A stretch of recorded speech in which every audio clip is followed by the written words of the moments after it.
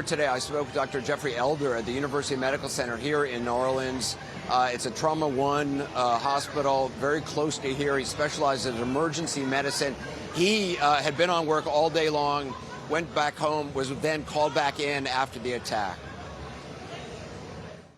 Were most of the injuries from the vehicle itself, or were there gunshots as well? Yeah, so it was interesting because when you talk about injuries, you think of a blunt mechanism like a car crash, or penetrating trauma like a knife wound or a gunshot wound, and really here we had both. Most of our patients were unfortunately suffering blunt trauma, so they'd been hit by the vehicle and had injuries to the abdomen, the chest, the head, and a lot of broken bones. We had a few patients, really the minority, that had gunshot wounds that were here.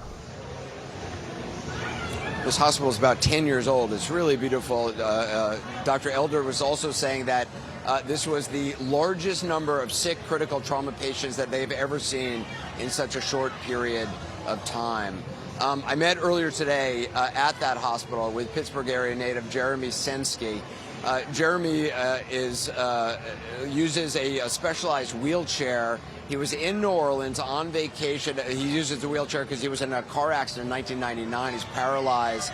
I spoke to him. He was on Bourbon Street. He was struck directly by the truck in his legs in the wheelchair. He survived miraculously. I spoke to him earlier.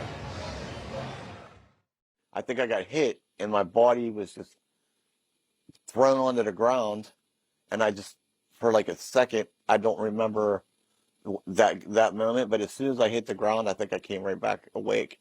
The first thing I remember when I hit the ground were the gunshots, and as soon as I heard the gunshots, I was thinking in my head that I would hope I was clear from the gunshots, and I thought that's kind of why I was on the ground.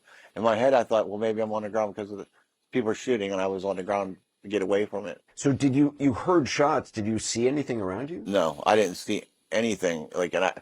While I was hearing the shots, I was still like disoriented, and the whole time I was like pretty messed up. I really didn't know what was going on, and I was just glad that I didn't get shot. Like, I'm thinking the gunshots, I'm laying on the ground, I should be safe, and then my leg was messed up. I kept messing with my leg. I'm like trying to figure out what's wrong with my leg, and I saw this stuff around me, which was parts of my wheelchair. So I started scraping and trying to find my phone. I really couldn't tell what was what, so I tried to get my phone. I wanted to use the phone. I was going to call my wife and tell her I was alive. Your leg, you were you were bleeding. I think that I was bleeding, but my leg was just broke, like in a bunch of different pieces. There's a photograph taken from overhead where the truck is, and you're on the ground. Yeah, the truck was to my right. So did you heard shots? Did you see anything around you? No, I didn't see anything. Like, and I was screaming, help, help, help, help. And finally a guy came over and said, listen, you're lucky to be alive. He said, many people aren't as lucky as you.